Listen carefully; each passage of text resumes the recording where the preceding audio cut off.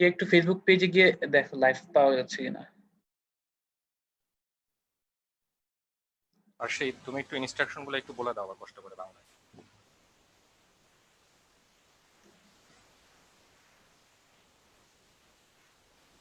আর সেই লাইভ শুরু হয়ে গেছে ভাই। জি ভাই। তো ভাই আসসালামু আলাইকুম ভাই, নতুন যারা জয়েন দিয়েছেন, আমরা হচ্ছে এই সেশনের জন্য কিছু ইনস্ট্রাকশন আছে, সেগুলো এখন চ্যাটে আমি দিয়ে দিচ্ছি, সবাই একটু পড়ে নেবেন। আর আমি একটু সংক্ষেপে বলছিও। প্রথমে হচ্ছে অনেকে হয়তো শুনতে পাচ্ছেন না, যারা শুনতে পাচ্ছেন না তারা হচ্ছে কল ভাইয়া ডিভাইস অডিও একটা অপশন আছে, অপশনটা ক্লিক করবেন, এটা প্রথমত। সেকেন্ডলি হচ্ছে পুরো সেশন মাত্র আধা ঘন্টার সেশন, যেহেতু আমাদের টাইম বেশি নাই, তাই এই সেশনের মধ্যে আমাদের ইন্টারাপশন বা অন্য কিছু যাতে না হয়, আপনারা সবাই প্লিজ ক্যামেরা অফ রাখবেন এবং আপনার মিকটা মিউটেড রাখবেন। সেশনের আধা ঘন্টা কথা বলার দরকার নেই এবং চ্যাটেও তেমন কিছু যদি খুব নেসেসারি না হয় দরকার নেই। সেকেন্ডলি, থার্ডলি হচ্ছে এরপরে হচ্ছে 30 মিনিটের পর হচ্ছে আমরা একটা কোশ্চেন অ্যান্সার সেশন থাকবে। তো ওই সেশনে যে কোশ্চেন গুলো করবেন, কোশ্চেন গুলো একটু সুন্দর করে ঠিকঠাক করার চেষ্টা করবেন, যাতে বুঝতে পারে, লিখে কোশ্চেন করতে পারেন বা বলতে পারেন, বা কোশ্চেনটা একটু আগে সাজাই গুছাই নিলে ভালো হয়। আর ইংলিশে, এবং সব সব হচ্ছে ইংলিশে হবে, ইংলিশ ভাষা, উনি আসার পরে আমরা ইংলিশ ইউজ করা শুরু করব। তো সব যাতে ইংলিশে হয় এবং কোশ্চেনটা যাতে, আর কোশ্চেনটা ধরনের মধ্যে বা কথাবার্তা মানে এমন কিছু যাতে না থাকে যাতে উনি আনইজি ফিল করেন বা কোনো পার্টিসিপেন্ট আনইজি ফিল না করে। আর এখানে হচ্ছে ভাইরাও থাকবেন, বোনরাও থাকবেন, সবকিছু আর কি যাতে একটু মাথায় টাথায় রেখে জিনিসগুলা করা, এটাই। আর সবাই সবার প্রতি রেসপেক্ট বজায় রাখবো, মানে এমন কিছু যাতে না হয় যে যেটা মানে কোনো অনাকাঙ্ক্ষিত কোনো সিচুয়েশন সৃষ্টি করে, এটাই মোটামুটি। মানে সেশনটা যাতে সুন্দরভাবে হয় সবার কাছে, সেই জন্য আমরা অনুরোধ করছি। ইনশাল্লাহ ভালো মতো হবে। আসসালাম।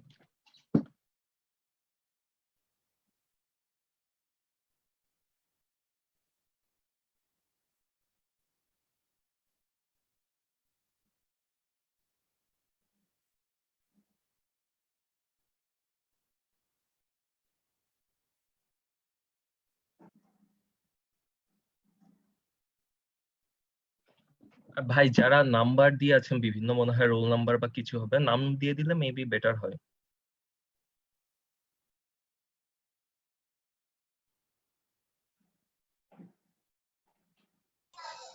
আজকে কোনো অ্যাটেন্ডেন্স কাউন্ট করা হবে না ইনশাআল্লাহ।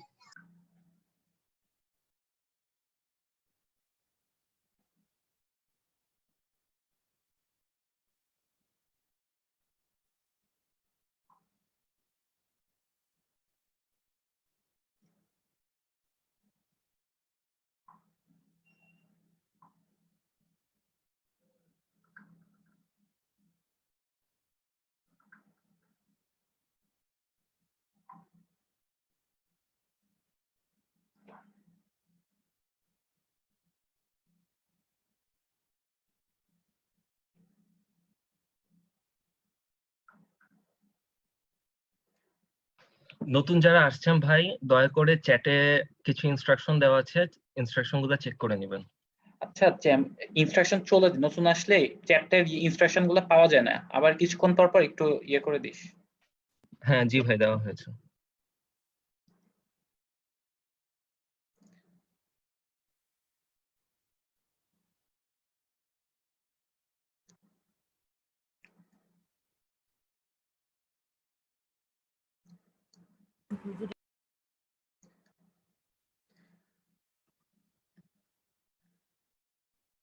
আর ভাইয়া একটা জিনিস মানে বলে রাখা ভালো, যে মানে কোশ্চেন যদি করা হয় মানে টপিকের সাথে রিলেটেড করলে ভালো হয় আর কি।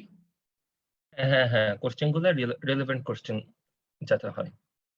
এখন হয়তো অনেকের অনেক কোশ্চেন থাকতে পারে, সব কোশ্চেন তো আর এইটুক ছোট সেশনে হয়তো সম্ভব হবে না, তো যতটুকু রিলেভেন্ট থাকে সেটুকু।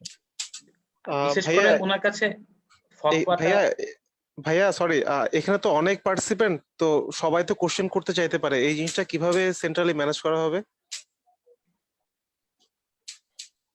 আচ্ছা, এক্ষেত্রে আমার একটা সাজেশন হচ্ছে যে সবাই যদি যারা কোশ্চেন করতে চায় তারা যদি চ্যাটে করে, এখান থেকে আমরা যারা কো হোস্ট আছে আর আপনারা যদি দায়িত্ব নেন তাহলে মনে হয় বেটার হবে। হ্যাঁ চ্যাটে কোশ্চেন করলে ভালো। রাইট, আমার মনে হয় বাই ডিফল্ট সবাইকে ফোর্সফুলি মিউট করে রাখলে বেটার হয়। চ্যাটে কোশ্চেন করলে সেই কোশ্চেনটা একজন হোস্ট হয়তো ড্যানিয়েল ভাইকে জিজ্ঞেস করতে পারেন আর কি। জি জি, এটাতে কিন্তু আমার মনে হচ্ছে যে চ্যাট মানে তো উনিও দেখতে অপ্রাসঙ্গিক পাবেন। কোনো কোশ্চেন আসবে না, ঠিক আছে, এটা মনে হচ্ছে আমার। বা এটা যদি না করা হয় হয়তো বা কেউ অপ্রাসঙ্গিক কোনো কোশ্চেন করে ফেলতেও পারে।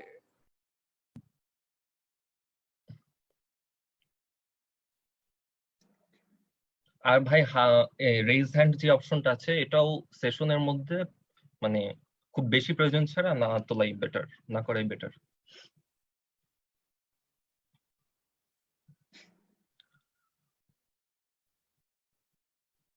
চ্যাটটা এটা একটু বলে দাও ফার্শিদ, সবাই হয়তো এখন শুনে নাই, পরে আসলে যাতে দেখতে পারে কোশ্চেন করার বিষয়টা।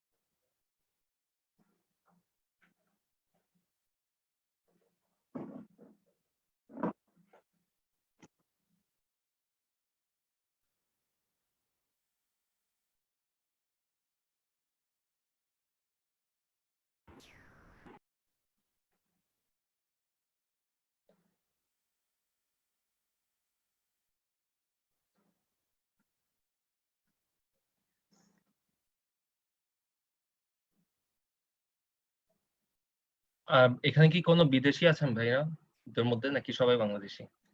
Is there any foreigner? Any foreigner here? কিছু ইন্ডিয়ান ভাই করছিল রেজিস্ট্রেশন, এখন থাকতে পারে 2-3 জন। আমার মনে হয় উনি আসছে, ড্যানিয়েল নামে একজন দেখতে পাচ্ছি আমরা। আসসালামু আলাইকুম। ওকে, ওনারও তো অডিওতে অন করে নাই, ওনারও সেম সমস্যা। হ্যাঁ হ্যাঁ ঠিক আছে, উনাকে মেসেজ কোথায়? আমরা স্টপ শেয়ার দিয়ে দিচ্ছি। War is he? ড্যানিয়েল নামে একজন আসছে, উনি একটু মানে ওনাকে টেক্সট করা যায় না? দাঁড়াও আমি টেক্সট অপশনটা, এত মানুষ।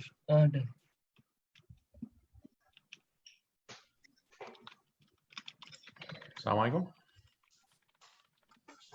ওয়ালাইকুম আসসালাম। ওয়ালাইকুম আসসালামু আসসালাম ওয়া আলাইকুম রাহমাতুল্লাহি ওয়া বারাকাতুহু। ওয়ালাইকুম আসসালাম রাহমাতুল্লাহ। আসসালামু আলাইকুম। وعليكم السلام ورحمة الله. Everyone. Ramadan Mubarak. Ya Ramadan. Ramadan Mubarak.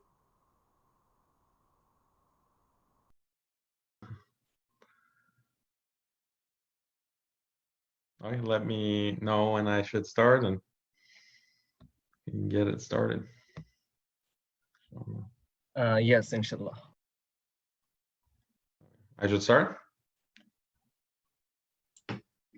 Yes, inshallah. Yes, inshallah. All right, is the sound quality okay? Yes, okay. All right, alhamdulillah. Bismillah. Alhamdulillah, salatu wassalam ala rasulillah. Barakallahu feekum, Ramadan Mubarak.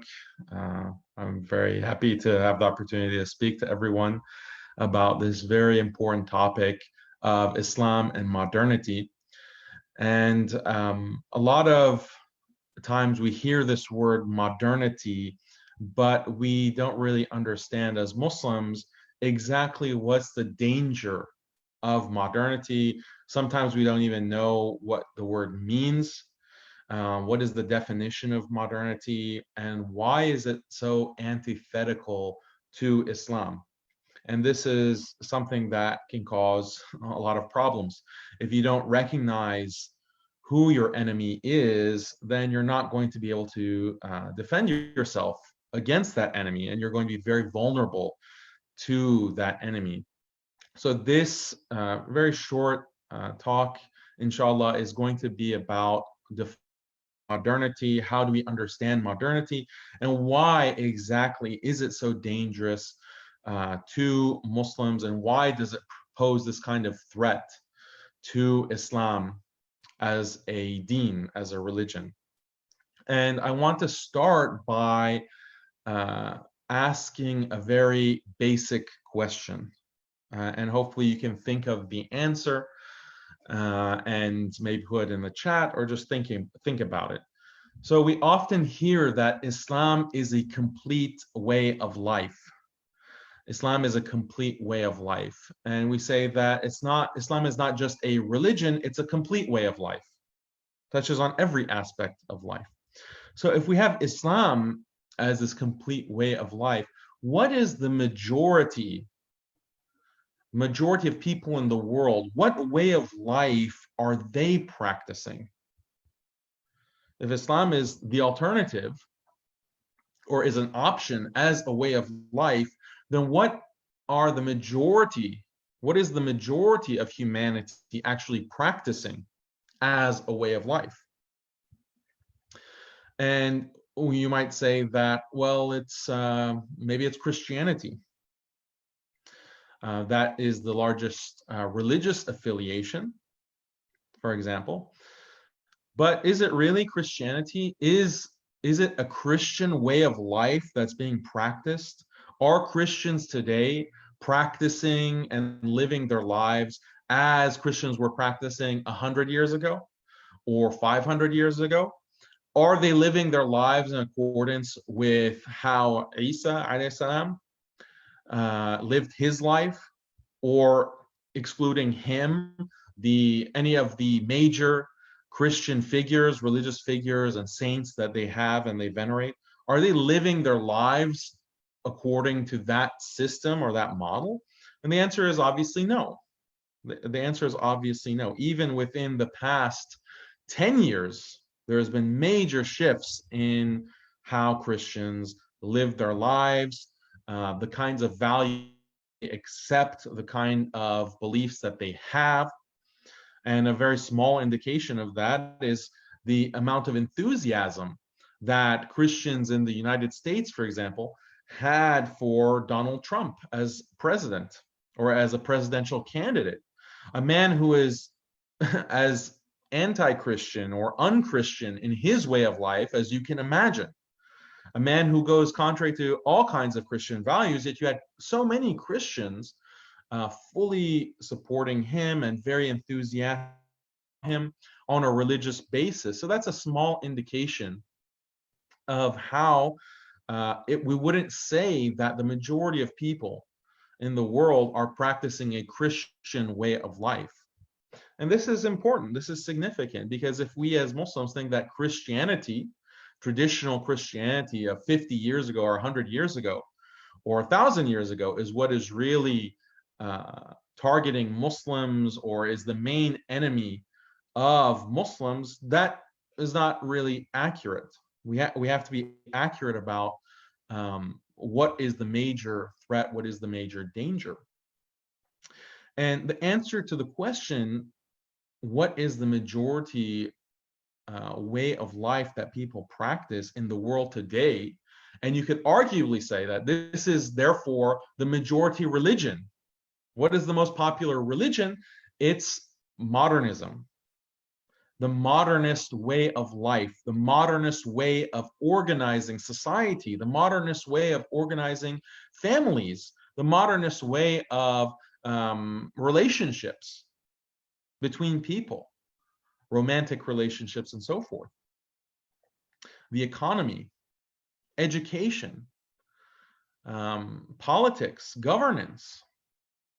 At every single level of human existence, the religion that is being practiced is modernist. And that's what religion ultimately, when we say that Islam is a way of life, it's not just a slogan. It means that Islam dictates how we conduct ourselves, how we as individuals, our relationship with others, how we form families, how we engage in financial transactions with others, what's called mu'amalat, generally our activities and relationships with other people, how we organize communities, how we organize society, economies, governance. All of these things are part of what it means to have a way of life. And then also our understanding, which is very crucial. How we understand the world. How do we understand the way that the world works? How do we understand where human beings have come from? Where human beings are going in the future? What is really the purpose? What is really the meaning of existence? This is all defined by one's way of life and the religion that one truly is following. But for non-Muslims, and unfortunately some Muslims, that religion, that way of life is not Islam, it is modernism. It is modernism and all of the isms and ideologies that come from modernism. So if you think about modernism at the top level, that is the overarching ideology. And then under that, you have philosophies like liberalism, you have scientism. Those are the two main branches. So if you think about, you have modernism at the top, and then two branches, liberalism and scientism. And then liberalism has certain sub-branches from that. You have secularism, you have feminism, you have capitalism, you have communism. Those all fall under liberalism. And then under scientism, you have materialism, the evolutionary theory, physicalism, empiricism, and so forth. So these are all under this broad umbrella of modernism. And this is the dominant way of life. And it is a dominant way of life such that all of these different systems of government throughout the world implement laws and implement certain values, institutionalize certain values in order to make sure that everyone is following that way of life. And when you follow that way of life, it also affects the way you think. It also affects the way that you understand yourself and you understand the world. So it's not a surprise that when Muslims are living in this dominant system that's global, they're going to secularize. Some of them will apostatize, they'll leave Islam. Their minds will become colonized. Their minds, this is what some scholars have called mental apostasy, or apostasy of the dhihn, the consciousness of the Muslim, where he calls himself and he practices rituals, but his understanding of the world and himself is dictated by these isms and these modern ideologies that are contrary to Islam. So this is very significant. And one of the central ideas and what makes this modernism and these ideologies, which we'll inshallah talk and define more about in a minute, but I just want to give you a sense. What makes this modernism so dangerous is that it hides itself. It hides itself, which is why, if you talk about Christianity or Judaism or Hinduism, those, or even atheism, these are defined things. They have a name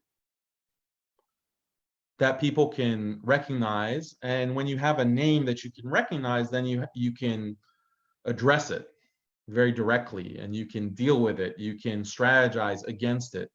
You can be aware of its attacks against you and defend as needed, because it's a defined thing.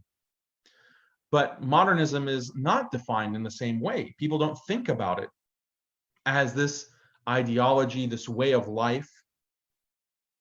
Instead, it's just taken for granted. It's taken for granted that this is just a neutral system that accepts all ways of life, that accepts all cultures, that accepts all religions.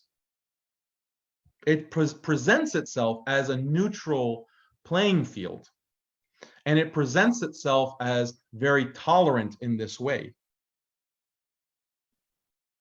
So I'll give you an example from my personal life. So you think that, okay, being a modern person, being a liberal, secular person means that you're tolerant, and countries that have these modern values and secular law, they're more tolerant.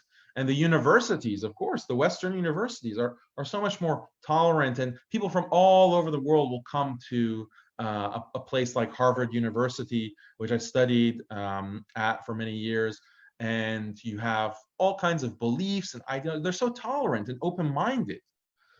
They're not dogmatic like religious people. We allow everyone to come to a neutral playing field and study, for example, at the university.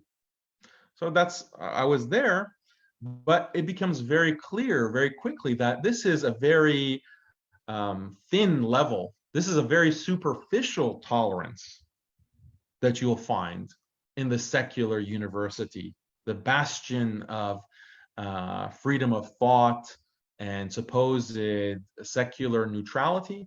No, there's no such thing over there. They will tolerate different styles of dress. You know, you had some Muslims at Harvard who will wear a shalwar kameez, or they'll wear a thobe, or they'll dress, in different ways. And they'd have no problem with dressing in that way. Myself, I'd dress often in a thobe when I would go to pray, or I'd go on campus. There's no problem. They're very tolerant of that. Or you have the administration that will actually facilitate iftar, or they'll facilitate, there's a musalla for a salah, and that's provided by the university. So, oh, look, this is so tolerant. This is so accepting of difference. This is a characteristic feature of modernism and liberalism and so forth, all these ideologies, that they claim to tolerate differences, but it's just skin deep, it's just superficial, because you get in big trouble if you start making the claim that Islam is the truth. Islam is the exclusive truth. You start getting in trouble when you start saying things like the Islamic system of morality, what Islam requires, is more moral, is in fact the peak of morality. What Islam teaches about modesty, what Islam teaches about gender relations, what Islam teaches about riba, what Islam teaches about any of these subjects, this is the peak of morality. This is the peak of rationality. This is the truth. That's not allowed. If you start claiming these things, you'll be attacked.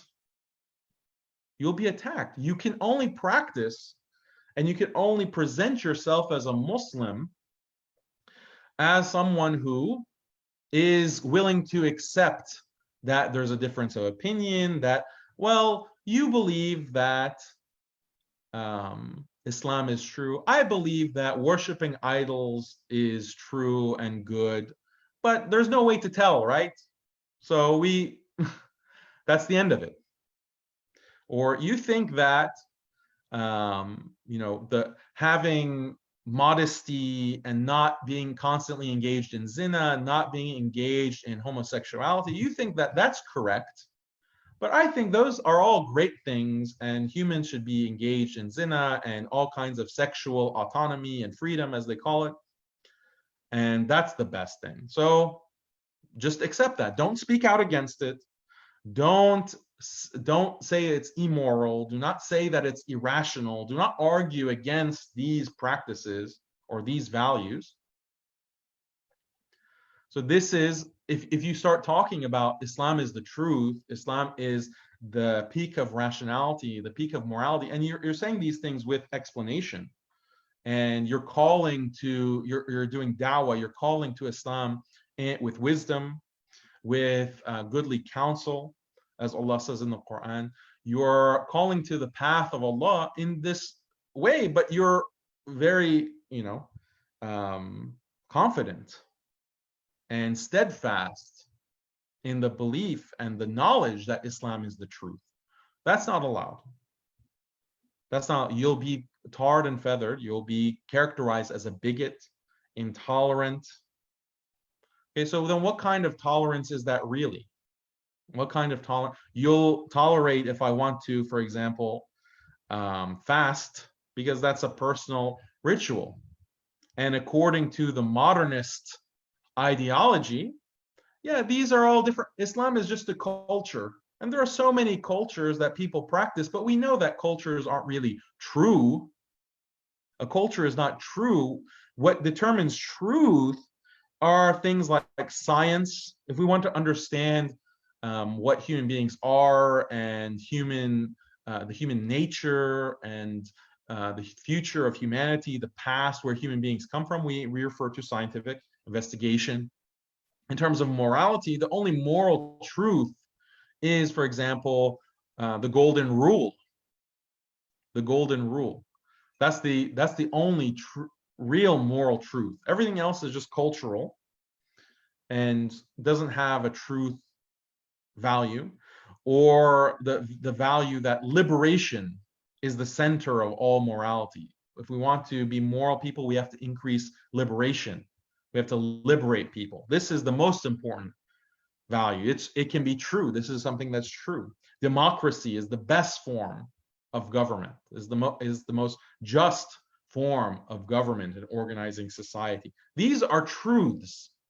Everything else, these are cultures. At best, they're cultures. At worst, they're just outdated religions that have been debunked. So this is the way that the neutral ground of modernity, the neutral ground of the secular, enlightened institutions, which are global. You can practice Islam as long as you practice it in a very limited way, and you can't even think about it. Exclusive truth. You can't even think about it as being the peak of morality, as the peak of rationality, the peak of reason, which it is. But Muslims in this way, because of being in the system, start losing confidence in Islam. Many of them end up secularizing, and they have this kind of apostasy of the mind. Apostasy of the mind. So what is modernity? It is a specific ideology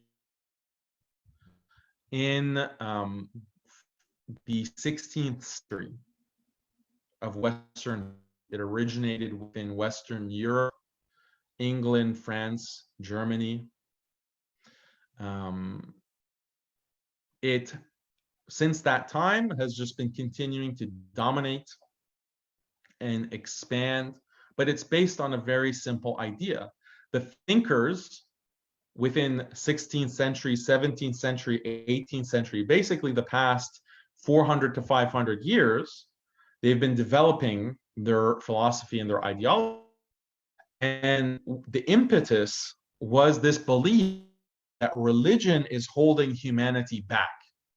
Religion is actually oppressing human beings. Religion as a whole, the idea of God oppresses humanity and holds humanity back from progress. And ultimately, we don't need to refer to God. We don't need to refer to Scripture, the Quran. We don't need to refer to them in order to understand what is right and wrong. We don't need to refer to them to understand the world. No, there are other ways, correct ways, objective ways to understand these things. We use our minds, the human mind, supposedly. We use science. This is how we can answer these questions. So religion is obsolete. And in fact, religion is something that holds humanity back. The modern person and the modern society has to continuously progress. This is one of the pillars of modernism, is progressivism. Progressivism, which is the philosophy that if you have to constantly be changing and updating. And also humanity is on this continuous rise of morality and rationality. People today know more and understand more today than they did in the past.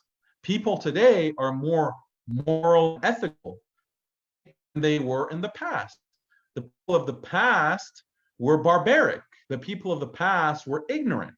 And we have progressed beyond them. And human society has constantly progressed. Change is good in and of itself.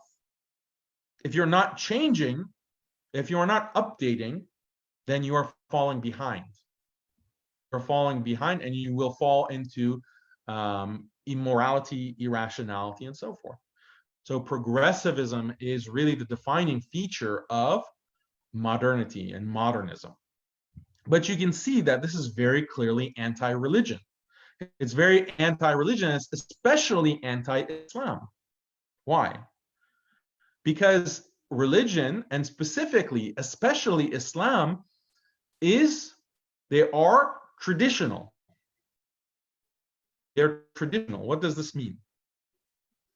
It means that as Muslims, we take our morality, we take our understanding of the world and ourselves and so forth, our way of life is based on the past, is based on the Quran and Sunnah, but the Quran came in the past. The Prophet sallallahu alaihi wasallam lived in the past. The righteous ulama and awliya lived, the majority of them, in the past.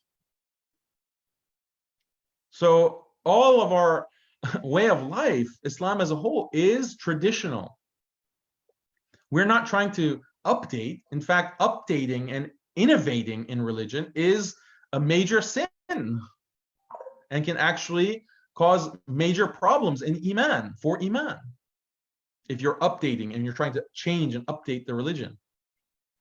So do you find this very extreme contrast and clash between the progressivism of modernity and the traditionalism of Islam? It's a deep conflict at the roots of these of Islam and this modern ideology.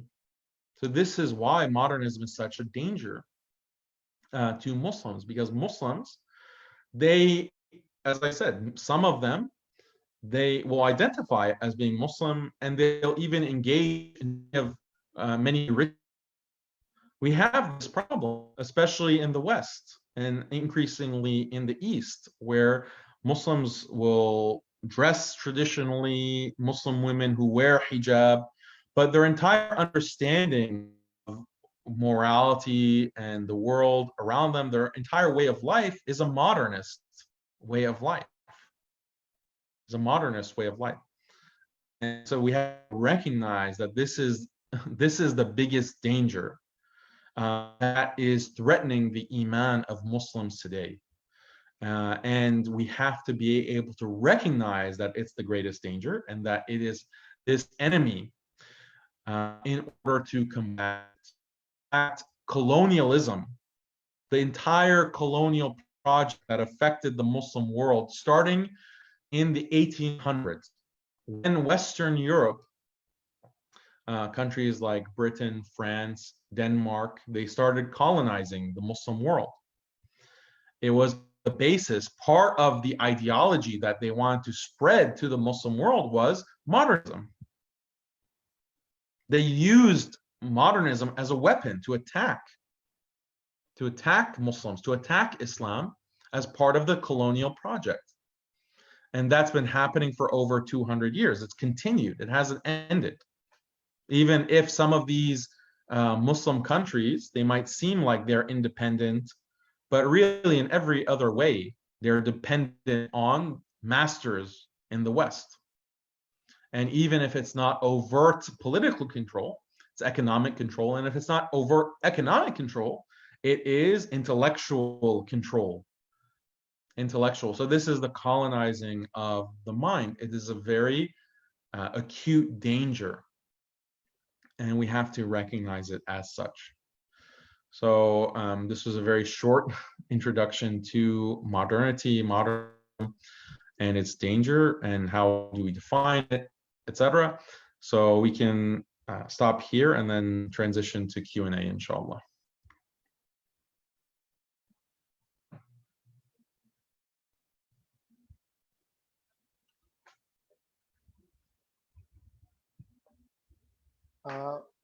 Assalamu alaikum, Brother Daniel. Waalaikum salam wa rahmatullah. So I have a question that I have written already in the chat, but now as I get a chance, so I'm asking the question directly to you. So for a lot of guys in the East, it is a very lucrative opportunity to, migrate in the West, like, North America and Europe. But people from the East, they are here with a better, relatively better Islamic environment, and in the West, the environment might not be that much, supportive Islamic environment. So people who want to, migrate to West for a better living or better education or for a better job or for the safe future of their children, what is your thought on that? So should they leave the East for a better lifestyle, or like if there is a better Islamic environment exists, they should stay there? And I also get some arguments against this, that if people from the East are not migrating to West, then the dawah of Islam, who will do this dawah of Islam in the West? So I would just like to know your thoughts on this. Is it clear what I've asked? Okay, thank you. Yeah, it's very clear. So when I'm asked this question, I don't know a person's individual situation and what they're going through and what kind of life they have. I was born in the West. I was born in the US and lived here all my life. But it's important to have all the facts and to realize what the situation is in the West.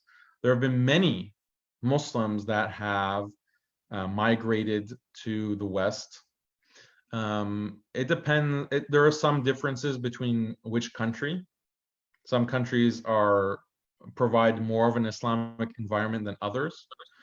But what we find is that a lot of the Muslims that come, they practice their religion, but their children leave Islam, or their children either they explicitly leave, apostatize, or they become culturally Muslim, like they don't actually practice Islam, or they don't really believe in Islam, but they're just culturally labeling themselves as Muslim. So it's a danger. Is this a better life to come here? Imagine, like, you are a Muslim and you are trying to come to the US and you establish yourself. You're able to, after hard work, very hard work, start making a living and becoming stable, and you have your wife and your children. And then your wife is influenced, or if you're a sister, your husband is influenced by the environment, and they end up leaving Islam, or they end up adopting some of these modern ideologies. Your wife becomes a feminist, and she leaves you, and she takes your children, and she takes half of your wealth. Or she, decides that she is a strong, independent woman. She doesn't need you. You have to serve her, but she doesn't have to serve you or obey you. The things that Islam teaches, all of those values are constantly being counter messaged in this environment, and including within the Muslim community. You think that you go to the masjid and the imam is going to give a good traditional Islamically sound information, but many, not all, many masajid are teaching the opposite of that. They're teaching the opposite of that. So there are some of these masajid are actually the source of the problem. So imagine, and then that's just your wife. Then what about your children?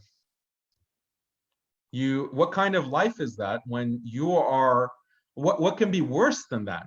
What kind of torture in the dunya is worse than you finding out that your child doesn't believe in Islam? He's left Islam.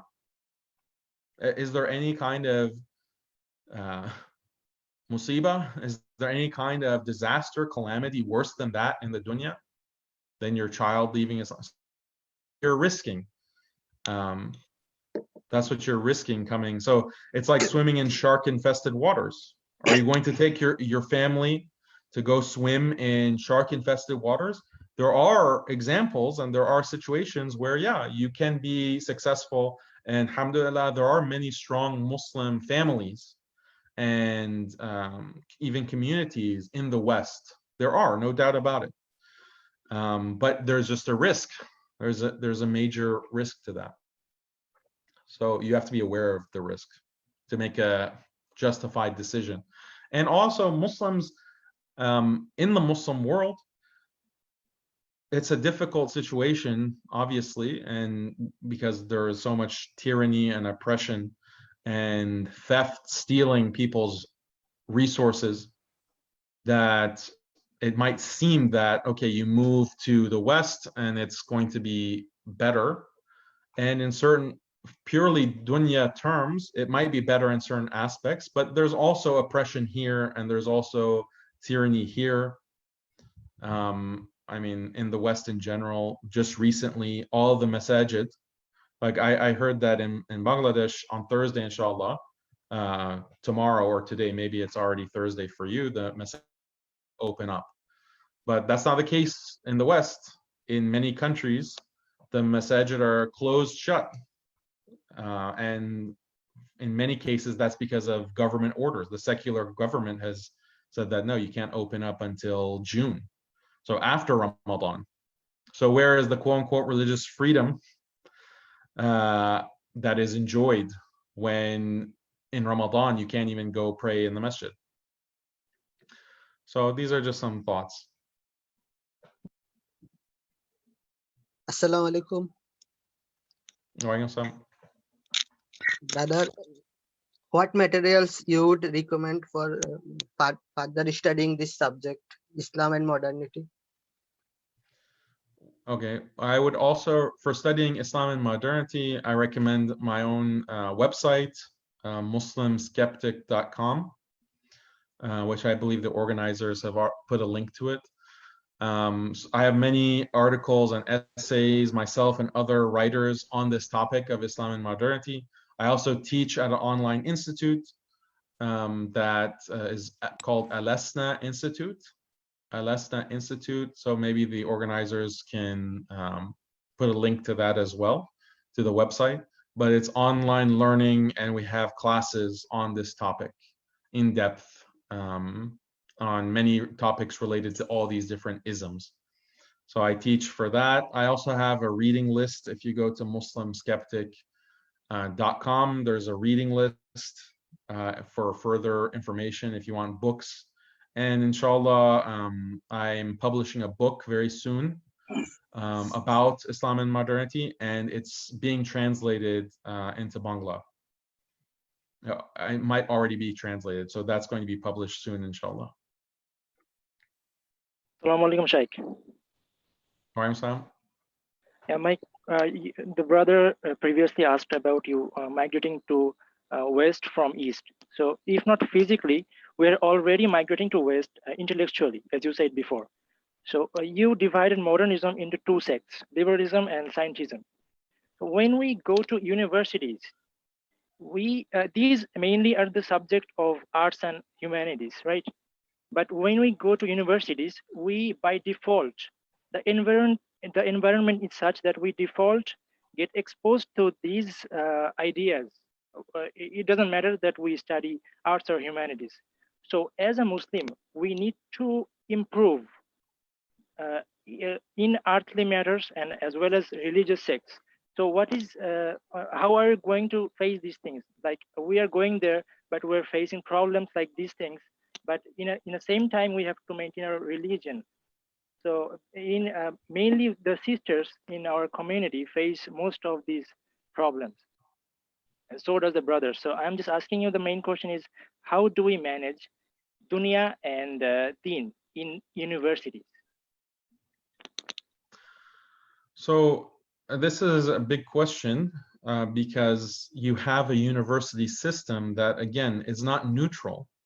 And many of these universities in the Muslim world are based off of Western universities, and they teach Western subjects. And again, there's the idea that they're neutral, but the underlying ideas and philosophies that are being taught are contrary to Islam. So this is like a big project. How do we create Islamically valid institutions that can teach and that will take Muslims out of the modernist framework and into a truly Islamic way of life, complete way of life. Okay, so that Muslims are practicing not only spiritually, not only in terms of the ibadat, but also in terms of the way that they think and the way that they understand the world. So this is something that requires a lot of work. It's something that requires a complete paradigm shift. But people have to be willing, they have to recognize the problem in order to be willing to undertake that kind of project. And what is so critical, and what I always emphasize, is that the source of this is something where we don't have to reinvent the wheel. We don't have to reinvent the wheel. This is not something that is unprecedented. We have a source to go back to help us do this. What is that source? It is the ulama, Muslim scholars, and the traditional madaris, the madrasa, and the system that of learning that prioritizes and creates a foundation of true Islamic understanding and epistemology, true Islamic values, a complete way of life, and then also incorporates other things in terms of dunyawi knowledge that might be necessary for a society, for a country, for a nation, for the ummah as a whole. So you had in the past, not even the distant past, in the recent past, and in some traditional madaris today, they teach many subjects that are, mathematics, mantiq, logic, subjects like poetry, Persian language, and many other disciplines, geometry, handasa, that are not Islamic per se, but they are within that framework incorporated into the curriculum. So that kind of conception, right now you have many Islamic schools, for example, that are completely based on a Western educational model. Is that model something that we should just replicate uncritically? They just they take the Western model and then they add like Arabic and they add like Islamic studies as electives. Like that's a minority of what is being taught and what is being learned by the students. But the entire model is based on a secular Western system. So what is our response to this? How do we challenge this? How do we critique this? How do we can do it. We have the resources to do it, but we have to be willing to look at our own tradition, our own source of values and knowledge and organization, how to organize learning, how to organize training individuals to be strong Muslims, strong ulama. We have that already, so we don't have to reinvent the wheel. That's my point. Assalamu alaikum, ya Sheikh. Assalamu alaikum.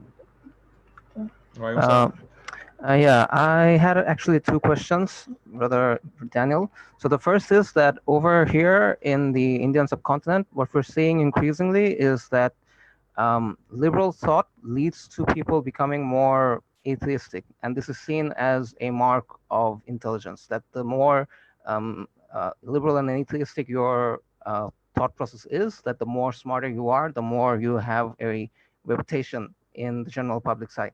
So what would be the response of us as the awam, as um, as the as the normal people? How do we respond to this if this is, and if we see this in people like our friends or in our family?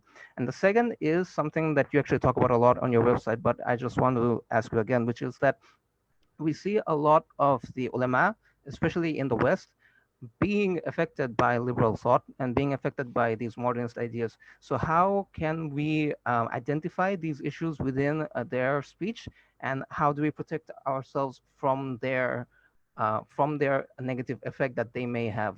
Jazakallah khair for your time, and thank you. So the first question of how do we address liberalism? Because there's this idea that the more liberal you are, the more enlightened you are, the more you understand. It's simple. You have to criticize and critique and challenge and undermine liberalism and debunk liberalism, debunk all of these ideas. And that's what a lot of my work is based on. That's what a lot of my writing and classes and lectures and books are based on, is attacking liberalism on a purely intellectual basis, in the sense that, okay, you as a liberal consider the golden rule, which is treat others as you want to be treated. You consider this to be the peak of morality, and it's what you constantly are preaching. And this is it's a liberal doctrine. So let's analyze that. Let's see if it's truly something that is respectable, something that's truly moral, something that's truly makes sense. And then you criticize it and you undermine it and you debunk it. And then when you debunk it, then that the liberal person is no longer can't say that, oh, well, I'm more rational because I value freedom and equality. Backwards Muslims are following the Quran and Sunnah. You completely take away that argument. And when you do that, well, Islam has actually highest standard of behavior and morality. Islam is the most rational system. Islam is the peak of human, of what we can recognize, because it's from Allah. Allah has sent Islam, our creator. So of course it's going to be the peak of rationality and morality. And you explain this. And you, one of the first steps in doing that is to debunk these liberal claims.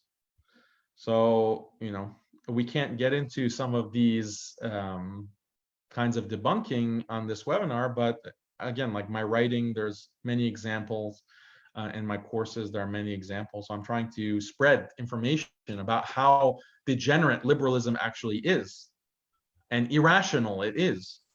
That's something that we need to spread more and more, inshallah. And then people will see, and the reasonable people will see that, wow, I thought that this was a great system, this system of liberal democracy and secularism. I thought it made a lot of sense, but now I see all these problems. I see all logical holes, and now I'm able to see the problems that it creates in society and how negative and destructive it is for the human society and for the human being. So that's my overall project, is demonstrating that and showing that. As for recognizing the ulama or scholars or preachers, du'at, that are spreading liberalism, some of them don't even realize it. because they don't know what liberalism is, they don't know what modernism is, and they've just adopted certain things and are teaching it without recognizing that it's contrary to Islam and that's toxic. So Assalamu alaikum. Rahmatullah Shah. This is Ariful Islam. Jazakallah for your very valuable lectures on the crucial topics on modernism, and we really been benefited. You have uncovered and designated of the modernism. So my question, I have the two questions to you. That one question is on your lecture, that as you said, your lectures, we Muslims are bounded by modern economic environment, but as we see around the whole economic systems of the world, that is regulating by their modern theories, and eventually we can't but follow there's these theories, these systems of economy. So my question to you, that in this environment and circumstances, how can it make possible to Islamic marketing and companies wherein we can understanding it could make a great bankrupttion on the collapse in the Muslims economy. Jazakumullah khair. So the question was, how do we create companies? Yes. How the Islamic economics companies, that is, which we may make great bankrupttion on the collapse in the Muslims economy. That is what recently we are seeing, and we are looking such a collapse of the economic system. So how can we emancipate it from ourselves from these filthy economic systems, even in our country, in Bangladesh and other Muslim countries? So what's your recommendation, and what's your opinion regarding these matters? Jazakumullah. So we're finding that Western capitalist system is very prone to collapse and creating major income inequality, major inequality of wealth between the rich and the poor. The capitalist system, by design, this is the purpose of the liberal capitalist model, is that it creates huge gaps between the wealthy and the poor. Yes. So for Muslims to want to replicate that makes no sense. And there are many different features of the world economy that Muslims have to recognize as being contrary to Islam and contrary to basic common sense that all humans should recognize. This is a system that has led to so much injustice and so much oppression. So how can Muslims want to recreate that? Rather, we have to go back to basic Islamic principles, principles of avoiding riba. Riba is something that Allah and His Messenger sallallahu alaihi wasallam have declared war against it. So how is it that so many Muslim economies include and involve riba? This is a big problem. This is following the kuffar into the lizard hole very clearly, or just a blind pursuit of wealth, of dunya, at the cost of one's own faith. So as far as Muslims are concerned, we have to not be dependent on Western models of economics. Again, this requires intellectual work, it requires study, it requires academic investigation that Muslims should do, and some Muslims have done. And what is an Islamic economy, and how can it be brought about? I haven't done in-depth research question, but it's something that needs to be investigated. And then Muslims also need to be willing to cooperate and collaborate with other believers, with other Muslims. This is another strategy of the colonizers, to divide and conquer, divide Muslims up into separate nations so that they'll be isolated from the other believers. They don't want Muslims in Pakistan working with Muslims in Bangladesh, working with Muslims in Turkey, working with Muslims in Morocco, They don't want all of the Muslims throughout the world to work together and to collaborate and to trade with each other, to prefer each other. Are you going to, it's very sad. Like sometimes you will find some Muslims will say that, well, this is more profitable to work with non-Muslims. It's more profitable for me to work with Western companies. It's more profitable for me. And instead of preferring another Muslim or a Muslim business, this creates weakness for Muslim economies. So we have to change that. Assalamu alaikum, Brother Daniel. Wa I alaikum am salam. Mubin. My question is that one of the rising problem of current world is scientism, and science is being used against religion, and this is being promoted by many popular public figures. For example, some days ago I saw you refuting an article of Parvez Footboy, a physicist, and this problem of scientism is also prevalent in our country. So as a Muslim, how to deal this problem of scientism, and what is your suggestion regarding studying philosophy, especially philosophy of science, as you are a philosopher of science, as I know. Thank you. I think that my strategy has been to point to the contradictions within science. So with that article from Pervez Hoodboy, I took his claims. He's not even a biologist. He is trained in physics. So I don't know why he was trying to talk about Darwin. But yeah, so then it's very easy to show that many of what is considered to be scientific consensus, much of what is considered scientific consensus is contradictory, is self-contradictory. And you have to be willing to do that analysis.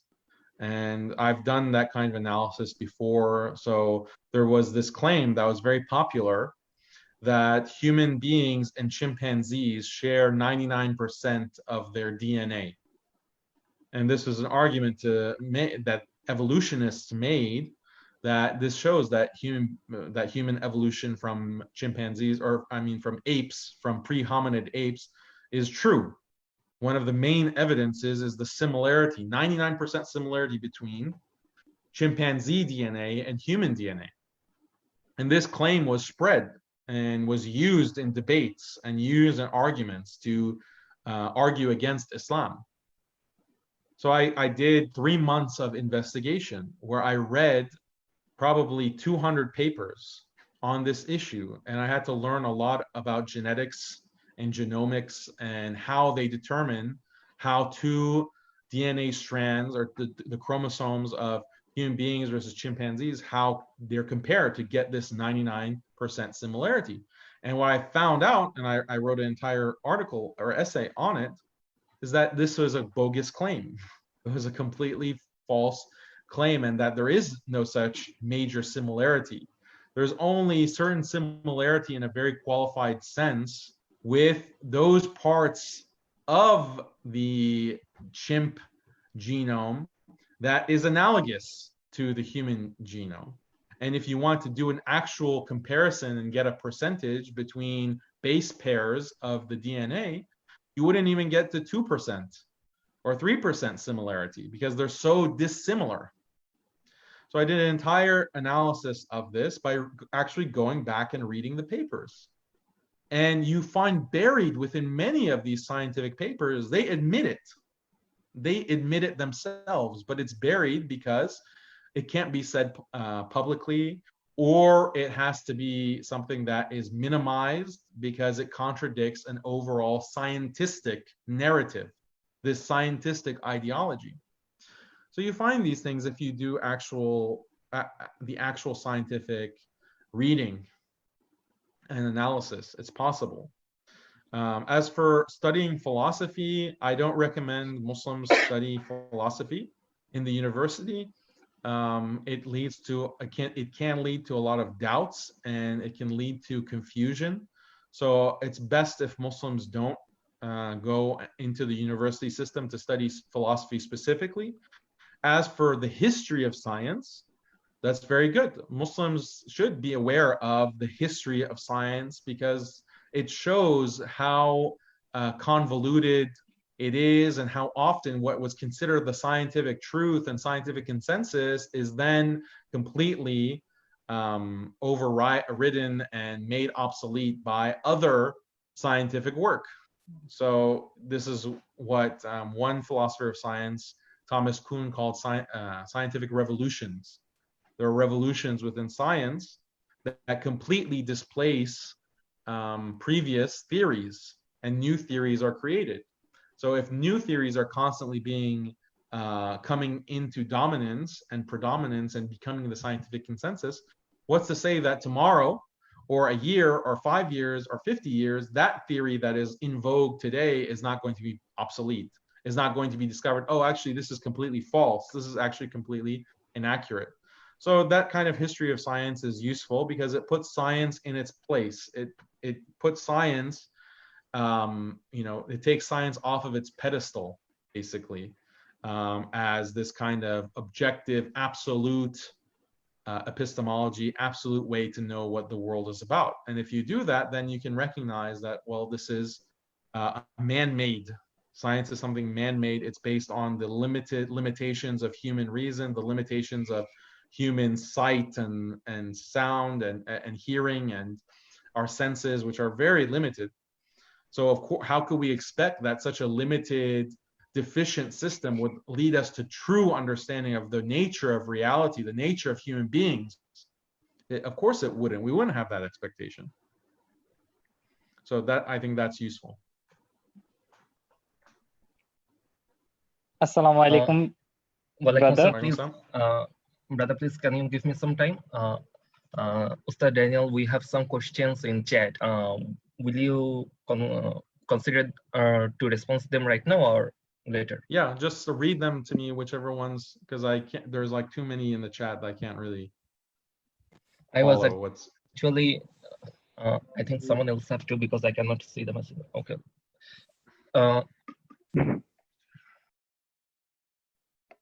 Okay, let me see. I think you can take another question and then we will read them. Okay. Okay. Can I ask a question? Assalamu alaikum. Walaikum salam.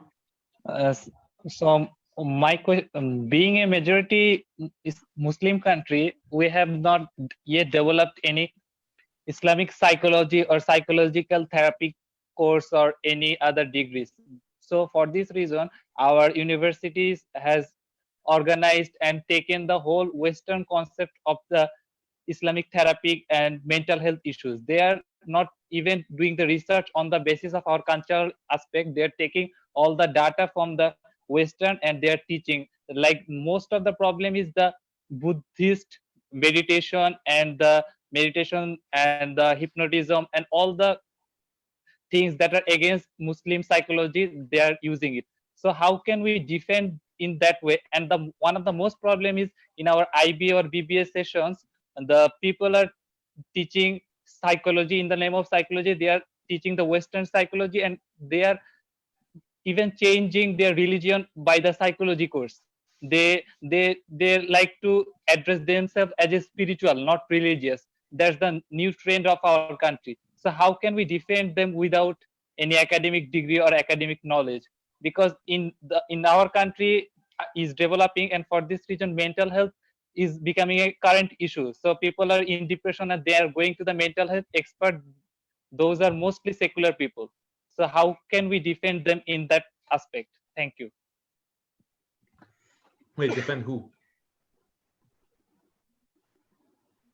Yes. I didn't understand. Like you asked, like who defend who? Who are we defending? How can we defend the academic secular health specialists that this is not the right way to diagnose our Muslim fellow brothers? Yeah, so I agree with you completely. Like this is just like with all of these other issues, you have the Muslims who are taking a completely Western ideology, a Western discipline, and they're just accepting it wholesale, as if that accepting it is not going to have any contradiction with Islam. There are deep contradictions between Islam and any of these modernist systems and modernist epistemologies, including psychology. One of the things that is taught in psychology is the idea that you should, for example, never discipline a student. You should never discipline a child because that's negative reinforcement. You should never be negative. For example, if you're a parent, never tell your child no. Never tell your child that that's wrong or punish your child. Never do that, because that's negative reinforcement, and that's going to negatively influence their psychology. But this is contrary to Islam. In Islam, we have the notion of tarbiyah. Tarbiyah is so important that the student or the child, if you don't discipline him or her, they're not going to be able to imbibe these important values, these important Islamic values. They're not going to be able to discipline the nafs, the soul. They're not going to be able to take these important qualities spiritually and socially. Discipline is extremely, extremely important, but you have many psychologists, and this has become an entire movement. It's called positive psychology, that only positive reinforcement, no negative reinforcement, never say something negative to a child or to a student. But this is going to lead to disaster. And I've seen many families, unfortunately, and we see it in the West because it's very common. This is why we have so many problems with drugs in the West. We have so many with lack of discipline, lack of motivation. These students are going to the university. They can't concentrate. They have terrible character. They have terrible behaviors. They're just extremely egotistical, extremely pampered, entitled.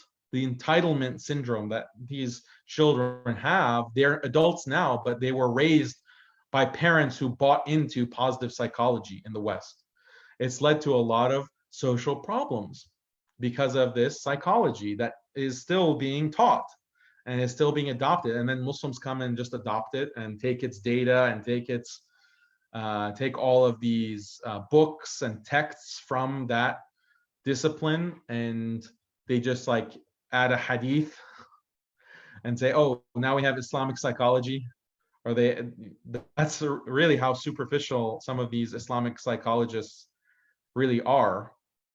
But it's a big problem, and it's not just psychology. All of these different disciplines are fundamentally based on a secular modernist paradigm, and you can't adopt the discipline without all the baggage, and it's the baggage that's going to poison, the baggage that's going to suffocate you.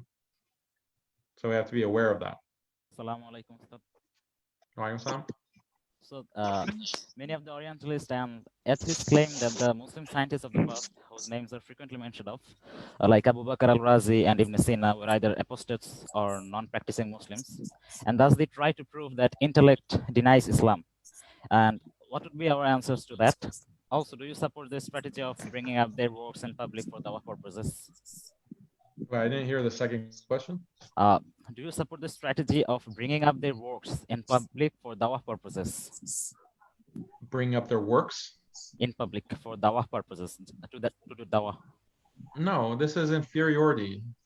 This is inferiority. Like, first of all, in what sense are they Muslim scientists? Like Ibn Sina, how is he a Muslim scientist? The word scientist wasn't coined until the 18th century.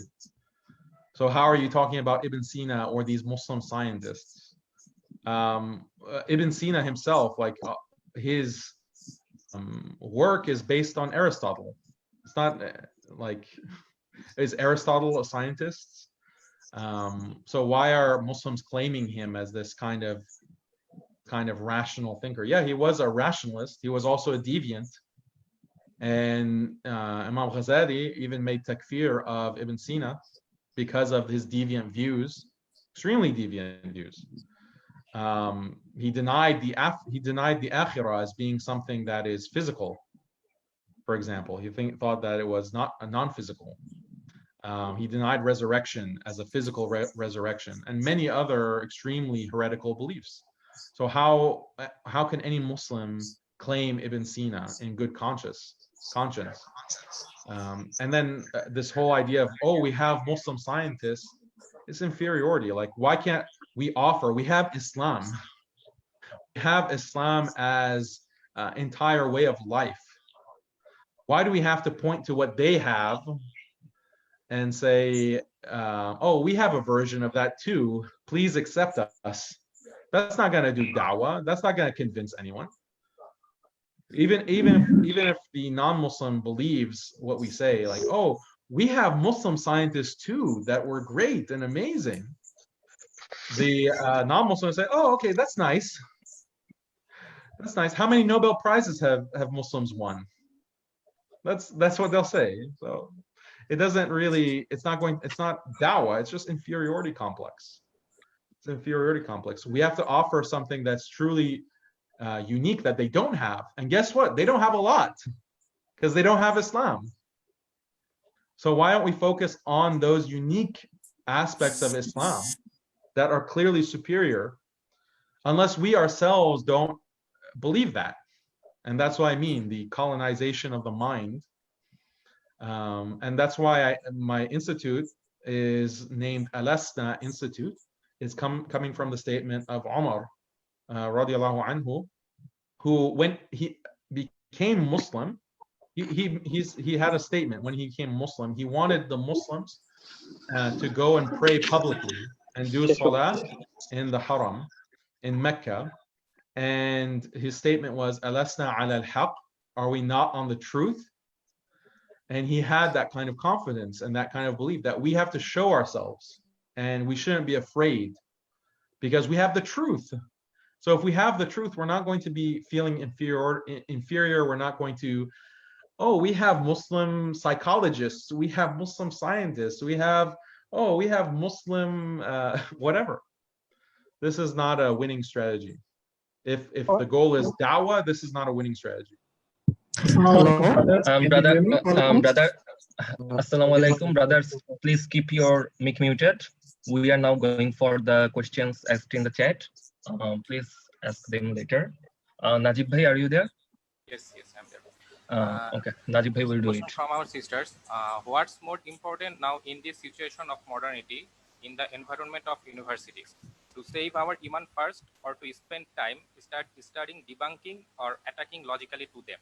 And also, how can we give dawah in such a heap of modernist mentalities of people where they are majority and we are so little in number? So being little in number that's the situation of Muslims from the beginning. Muslims from the beginning were little in number. We were the minority, and then we took on the world. That's not a problem. We have to expect it, actually. We have to expect that we're going to be the minority, but that doesn't discourage us from facing the majority because we have the truth. And when you have the truth, it doesn't matter if you're just one person. And there are many examples of Anbiya, prophets, that were just by themselves. They're the only ones who believed. And they were faced with entire societies that did not believe, but they pressed forward and they called to the truth, and they were strengthened by Allah for that. So we have to have the same kind of confidence and belief. As long as you have the truth, then what else do you need? What else do you need? That's the main thing. As for if you're in the university, should you be concerned more about your iman versus fighting these ideologies? Well, these two things are not distinct. Sometimes you have Muslims who are facing these shubuhat. They have these kinds of doubts. So saving your own iman involves critiquing and debunking these ideologies. So those things are actually intimately related.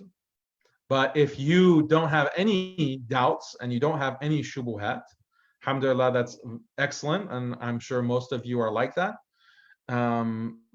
So yeah, of course, preserve yourself. That is a priority as opposed to doing dawah. If you're going to be in an environment, like, I don't recommend you just go and start debating atheists, or you go start and debating these people, if that's going to cause you to doubt Islam, or that's going to confuse you. Don't put yourself in that danger. You don't have their individual responsibility to do that. So I don't recommend that. You should prioritize your own state and your own iman first and foremost. Another question from our brother. Assalamu alaikum. As you mentioned, we must debunk modernism. Sometimes I have faced questions like, we Muslims are sadistic and punish too much, as our concept is whoever doesn't follow Islam burns in hell. How do you answer such questions? And internet, in my opinion, is the major source of modernism. How do we protect ourselves and our family from such problems? So modernism is something that is constantly critiquing Islam. And it has all of these different arguments about punishment. Oh, Islam is barbaric, Islam has hudud, Islam has hellfire, and all of these kinds of things. But I mean, these are like secondary concerns, or these are secondary issues. You can't really address those issues until you start addressing some of the bias that from which these questions come. Because one of the main ideologies that we didn't really talk about, utilitarianism. And this is the idea that the most important thing is bodily pleasure. The most important thing is bodily pleasure. Whatever maximizes bodily pleasure is good, and whatever minimizes it or decreases it is morally bad. And this is an ideology that is constantly promoted, not necessarily by name, but this is assumed by many people in the modern world. This is part of that way of life that we're talking about, and that religion, modern religion. And the reality is that utilitarianism is completely contrary to human nature. When it comes to human nature, we often sacrifice, and we have the instinct to sacrifice our own immediate pleasures for the benefit of others. For the benefit of others. For example, a father is going to sacrifice, he has the instinct to sacrifice his bodily health for his family. A mother will sacrifice her health for her children. That's what in many cases is what's best. So it's contrary to utilitarianism. Or the idea that we sacrifice for the sake of Allah, when we fight for the sake of Allah, when we fight for the sake of Islam, that's something that is contrary to our individual bodily health. But it is something that Muslims want to do, and Muslims strive to do, and it's one of the greatest deeds that a Muslim can undertake. But it's contrary to bodily pleasure. It's contrary to bodily pleasure. And even beyond Muslims, this idea of sacrificing for the greater good, sacrificing your body for the greater good, all of these things contradict utilitarianism. But the utilitarian mindset that bodily health or bodily pleasure is the best thing and is the basis of all morality, whereas pain, any kind of pain, is the worst thing, is the worst evil, and there's no evil worse than that. This is a fundamental bias that has to be debunked. Otherwise, these questions are not going to be, you can't satisfactorily answer them, or it's difficult to answer them. So we can't get into the full debunking and theory of utilitarianism in this Q&A, but that's the kind of approach that we should take for these kinds of questions. Brother Daniel, how long do you want to continue this session? I think it's already tiring and it's a long time. I it's can up continue. to you. No, I can continue. If you are tired, fine. you can limit it. Okay. No, let's keep okay. going. Najib bhai. Yes. Another question from our sister. Assalamu alaikum warahmatullahi wabarakatuh. I wanted to ask a question. As Mr. Daniel said that these days people are introducing Western curriculum and adding Quranic studies or hifz to modernize it. My question is, how can we keep our pace with the modern world by avoiding the modern curriculum or by rejecting it? If we want our children to gain Islamic knowledge and side by side, we want them to be well educated and established, we need to introduce them to the modern studies to some extent. So how to draw a line between what to let them learn and what to avoid in the present world? So education has two components. Modern education has two components.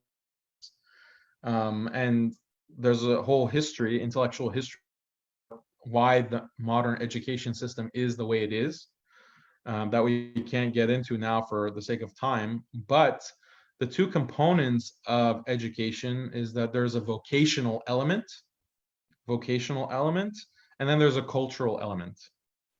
So the Enlightenment thinkers in Britain and France and Germany in the 18th and 19th centuries, when they were thinking about public education and the modern university system, they thought that, well, an educated person, an enlightened person, citizen in a country has to know the skills to be able to do work. That's vocational, has to do with working and making money and contributing to society, etc. But there's also a cultural component. He has to be cultured by learning the arts, by learning literature, by learning poetry, by learning music. This is what an educated person is. By studying Greek philosophy, Greek thought, and all of these kinds of what's now considered liberal arts education. So these two components, Islamically, when it comes to vocational knowledge, then yes, your children need to learn how to navigate on an individual level and be able to provide for themselves, to be able to work. That's the vocational component.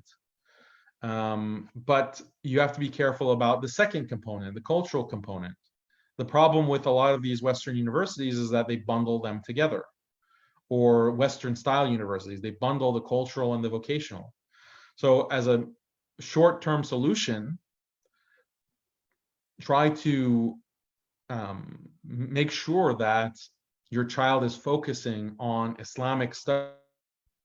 This is, like, I'll give you a personal example with my children. My children are still young, but they're getting older and they're homeschooled. So we don't send them to public school because of all these problems.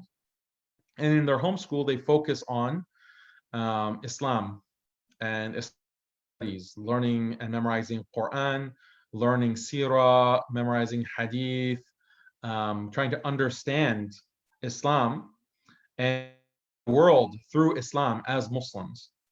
So that's the main focus of their education, but we recognize that, well, they need a vocational aspect too. So they're also learning English. They're learning they're learning math, right? They're learning geometry. They're learning these kinds of subjects. Eventually, I'll probably want to teach them higher levels of math. They're learning a lot of science as well. But that's a small part. Those are the electives, basically. Those are the electives. The main meat of their education is with Islamic studies. So this is the kind of model that we're implementing for our family, and we're trying to develop like a sustainable model that we can share with other Muslims and have actual curricula, Islamic school curricula that other Muslims can use for their children or at Islamic schools, that takes this philosophy and this kind of methodology and operation. So that's our goal, inshallah, through my institute. Assalamu alaikum, brother. There is another question from a sister. The question is, in case of giving dawah to a mentally apostate person, how can we make them understand the truth when their complete reference frame is different from us? For example, when we say homosexuality is not permitted, they play the empathy card. Also, if the rivalry mode between Islamists and modernists keeps going on, would that make the modernists more stubborn in their opinion? No, why should I make it? Yeah, people are stubborn. How does that have? What does that have to do with the requirement to speak the truth and to call to Islam? So you have, again, Anbiya who were preaching to their people for hundreds of years, constantly giving da'wah, and no one became Muslim, or very few, but they still had that requirement. They had that job. So we have to keep that in mind. And if someone who is mentally colonized, the way to get them out of that, like I said, just show contradictions, show how some of these ideologies are fundamentally flawed. And it's easier said than done, but growing up, I had my parents are from Iran, and Iran wasn't colonized in the same way that the subcontinent was colonized, but it was definitely intellectually colonized. And my family, my extended family, has that issue, has that problem. And growing up, I had a lot of arguments and debates, but it's just a constant process. And I found that the most effective thing, because some people, debate is not going to help them, and they're going to be more convinced by you're a family member and you're just good to them and you're nice, and then there's opportunities for them to be more open to what you have to say and more willing to accept what you have to say. So there are people like that. And there are people who are more intellectual, or they want to debate, or they want to argue because they're constantly arguing against Islam and they're constantly trying to bash Islam. So those people are threatening Muslims, they're threatening Islam. You have to be able to respond to that. And for me, I had that in my family, so I had to learn how to respond. And I found that in those kinds of contexts and those kinds of conversations, the best thing for that was to point out the contradictions in the ideologies that they profess. So liberalism, secularism, feminism, all of these things you will argue against. And one of the ways to argue against them is to show contradictions. I guess one example that I can give you is on the golden rule. I mentioned the golden rule before. Treat others as you want to be treated. It seems like it's a very good principle, but when you think about it more closely, why should you treat others the way that you want to be treated? Isn't that self-centered? Isn't that egotistical? Why should my feelings and what I like and what I prefer be the basis for treatment of everyone else in the world? How is that logical? And there are many examples where I prefer something, but someone else doesn't prefer that. So why should I treat them the way that I want to be treated, when that will actually harm them, or that's something that they hate, or that's something that's not good for them, right? Or for example, you are a masochist. You enjoy being hurt for whatever psychological reason. So should you hurt others because that's what you prefer? That's what you enjoy? So at a very basic level of scrutiny, this golden rule completely collapses, and you discover that it's meaningless. It's a meaningless slogan. And that's all you need to show. That's all you need to show for that particular issue. And whenever I explain this to Muslims, they mention the hadith that none of you truly believes until none of you truly believes until he wants for himself what he wants for his what he wants for his brother is what he wants for himself. This is a famous hadith. But that hadith doesn't mean that you want for your brother something that is contrary to Islam. You don't want for your brother something that is contrary to what Islam says is right and wrong, what Islam says is good or bad. Correct? So we have to understand that hadith in the proper light. and it's completely against and contrary to this golden rule. And there's another hadith where the Prophet ﷺ says, none of you truly believes until his internal state, his internal inclinations are in accordance with what I have brought, meaning what the Prophet ﷺ has brought, meaning Islam. So this is our standard of right and wrong, is what Islam says is right and wrong, what Allah has revealed as being right and wrong, not what we individually feel. This is how I want to be treated, therefore I'll treat others in this way, which is what the golden rule is about. So you can completely debunk the idea of the golden rule in just a few sentences. So this is the last question from the chat. So this is from again from my sister. So the question is, do you think there is lack of orthodox figures in academic world? Many educated Muslims don't really appreciate traditional ulamas, so they tend to seek knowledge from academic figures who preaches many modernist views. It's very hard to convince them against those views. What do you think we should do to prevent this? I think that there are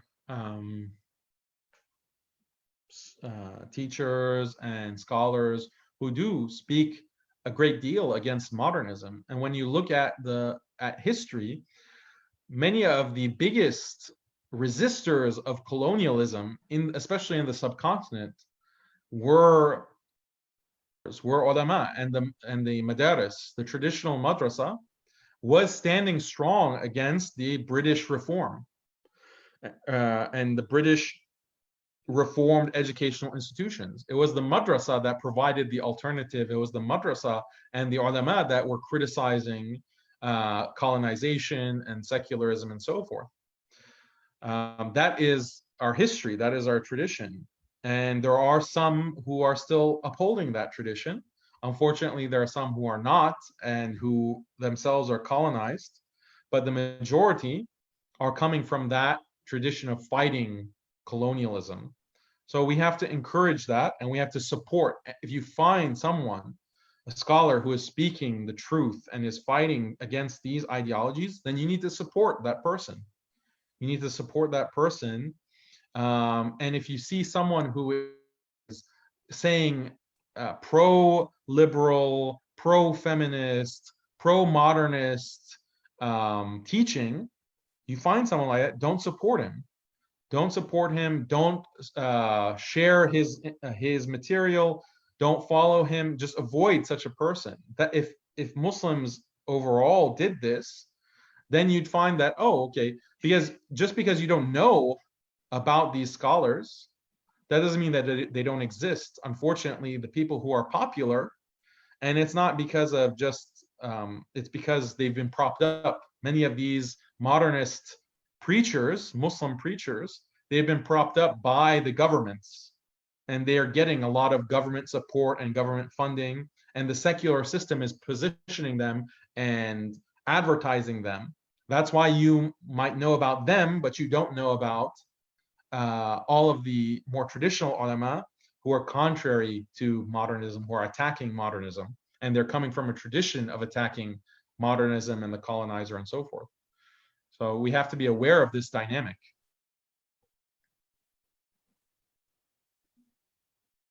So this is the last mic question. Anyone? Yes. Hello. Salam. Is there anyone who wants to ask a question directly? If there is, please. Yes. Hello, Assalamualaikum. Yes, my question is, as surrounded by so-called Islamic preachers who mix Islam with modernism, it's very difficult to get the true message of Islam. My question is, how did you study about them? What are the things helped you in your research? And I have also another question. Also, please tell us about Rand Corporation, their agenda, and how they are plotting against Muslims. Thank you.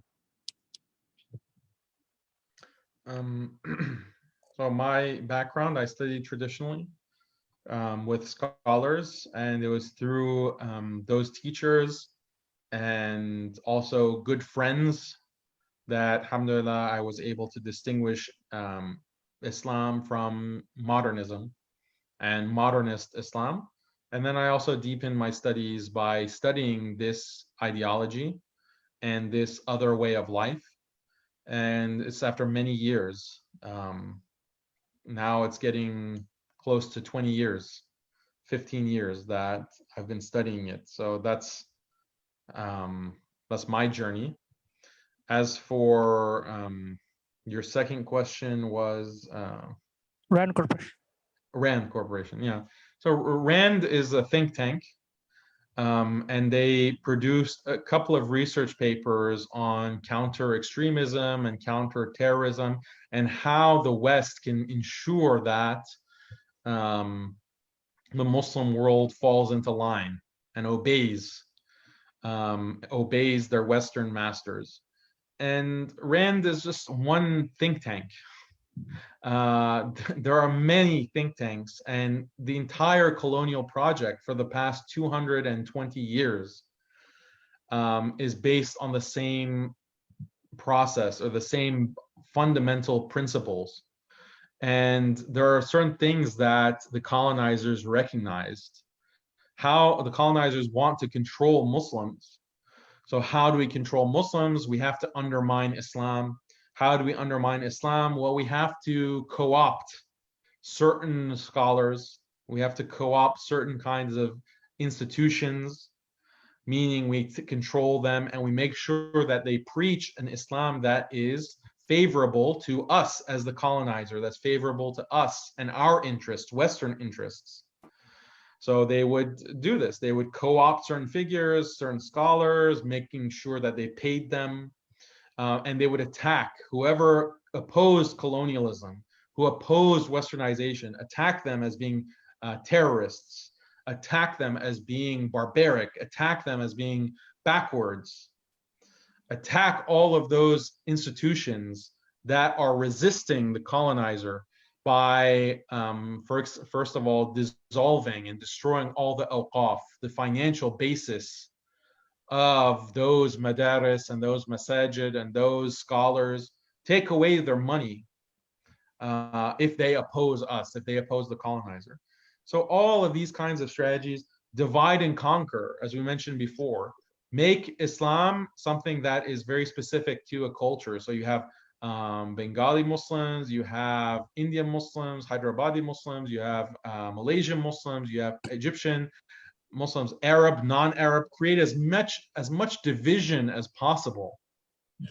Have divisions between the madhahib, different schools of thought, Sunni schools of thought. Say, oh, you follow this opinion, well, this is the right opinion. We need to create more and more division, as much division as possible.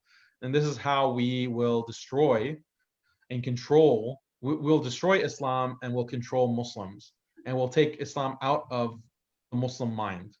So the Rand, that think tank, just had like a couple of papers on this strategy, and it's very useful to read that because you see how their strategy is being implemented in front of us. One of the things that the Rand report says in one of the reports, I forgot exactly the title of it, but it's like creating moderate Muslim networks. That's one of their papers. They have two major papers. And in that, they talk about the importance of social justice, promoting the idea of social justice in the Muslim community, because we want Muslims to be focused on issues of social justice, like equal rights for everyone and equality between men, women, homosexuals, different races, different ethnicities. This has to be their primary focus. If we get Muslims to focus on this, then they won't be focused on dawah. They won't be focused on spreading Islam. They won't be focused on building up their community as a Muslim community that is strong and on the haqq, on its own principles. Rather, they're distracted with these external issues of constantly being active in social justice causes. So this is exactly what we see today and in the past 5 to 10 years. And Rand is proposing this as a way to weaken Muslims and weaken Islam. So we can have a whole series of lectures just on Rand and just on this project, but that'll give you a sense of it. So we are going to finish our session, I think. And thanks a lot, Brother Daniel Hakikirsu, for joining us and managing your time from your busy schedule. We would like to have you again. Jazakallah khairan. Wa iyyakum. Barakallahu feekum. Thank you so much. I was very happy to speak with you. I hope you have a very good Ramadan. And we apologize to our brothers and sisters who have many questions, but we couldn't allow them, or we didn't have that chance. Yeah, maybe so we will. can, Maybe we will yeah, make. We will have another meeting one day, inshallah. Okay, inshallah. May Allah accept your fasting and your salah in this month, and accept our all of our deeds in this month, and forgive us for any mistakes. Ameen ya Rab. Ameen. Wa alaikum assalam wa rahmatullahi wa barakatuh.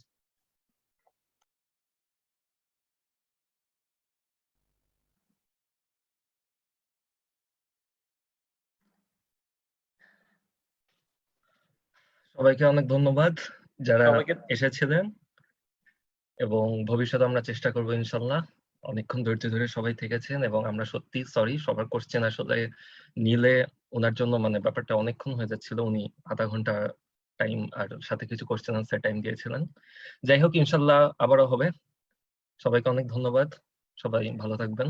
আসসালামু আলাইকুম ওয়া রাহমাতুল্লাহ। নাহিয়াম ভাই কিছু বলবো? জি, আমাদের জন্য দোয়া করবেন আর কি। মানে চেষ্টা করেছিলাম যতটুকু পারার, কিন্তু এত মানুষ, এত কোশ্চেন আসলে ওই পড়ে শেষ করা একটু কঠিন আর কি। এই কারণে আমাদেরকে ক্ষমা করে দিবেন, যেহেতু আমরা আপনাদের সব আশা পূরণ করতে পারিনি, এবং আমাদের জন্য ইনশাআল্লাহ দোয়া করবেন ইনশাআল্লাহ। আসসালামু আলাইকুম।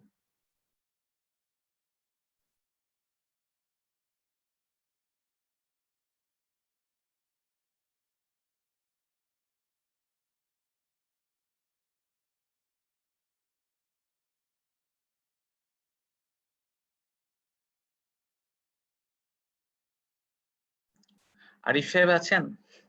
কেউ আছে আইএমের? একটা আইডিয়া আছে। আরিফ সাহেব আসছেন। তাহলে ভাই আমরা আস্তে করে লিভ নেই তাহলে।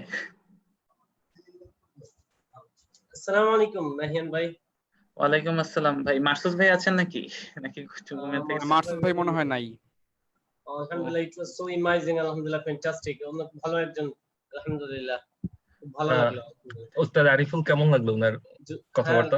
খুব ভালো লাগলো। এই সাইকেস কে I'm really, just from the bottom of my heart, thank you আপনাদের সকলকে। আলহামদুলিল্লাহ, এরকম স্কলারকে আপনারা ইনভাইট করেছেন, সুবহানাল্লাহ। আমি তো পুরো ইমাইজ যে একজন ওয়েস্টার্ন স্কলার আলহামদুলিল্লাহ কত সুন্দর করে আলাদা ডিফাইন করেছেন।